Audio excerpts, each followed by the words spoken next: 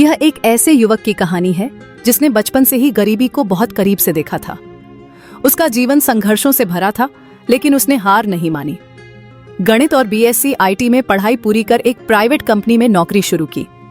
धीरे धीरे उसने अपनी मेहनत से एक बाइक खरीदी, अपना छोटा सा घर बनाया और फिर एक गांव की लड़की से शादी की।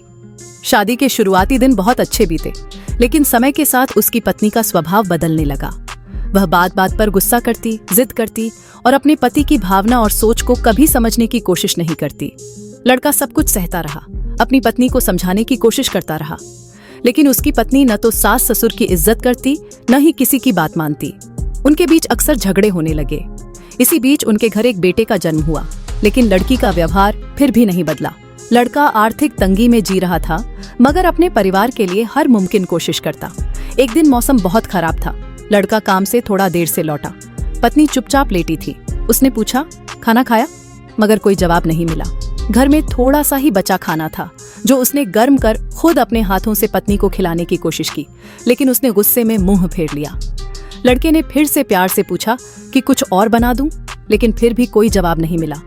वह चिंतित हो गया कि अगर पत्नी नहीं खाएगी तो उसके दूध का असर बेटे पर कैसे पड़ेगा।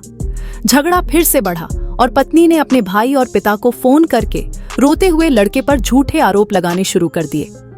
अगली सुबह लड़की के मायके वाले गांव वालों के साथ आ धमके और लड़के को उसके माता पिता समेत अपमानित किया। पूरे गांव को बुला लिया गया। जब पंचायत बैठी तो लड़के ने अपनी गलती मानी, लेकिन साथ ही सच्चाई भी सबके सामने रख दी।